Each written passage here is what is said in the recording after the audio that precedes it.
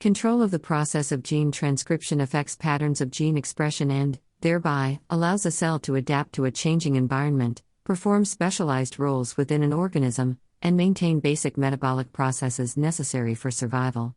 Therefore, it is hardly surprising that the activity of RNAP is long, complex, and highly regulated.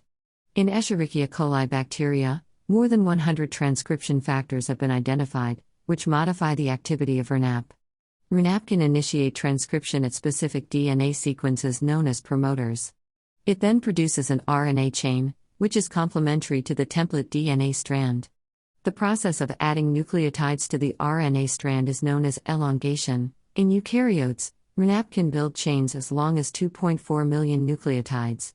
RNAP will preferentially release its RNA transcript at specific DNA sequences encoded at the end of genes, which are known as terminators.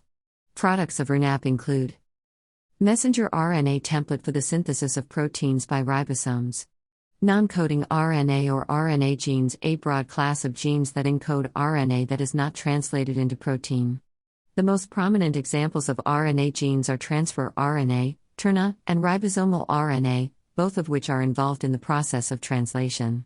However, since the late 1990s, many new RNA genes have been found, and thus RNA genes may play a much more significant role than previously thought. Transfer RNA transfers specific amino acids to growing polypeptide chains at the ribosomal site of protein synthesis during translation. Ribosomal RNA, a component of ribosomes. MicroRNA regulates gene activity. Catalytic RNA, enzymatically active RNA molecules. RNAP accomplishes de novo synthesis. It is able to do this because specific interactions with the initiating nucleotide hold RNAP rigidly in place, facilitating chemical attack on the incoming nucleotide. Such specific interactions explain why RNAP prefers to start transcripts with ATP.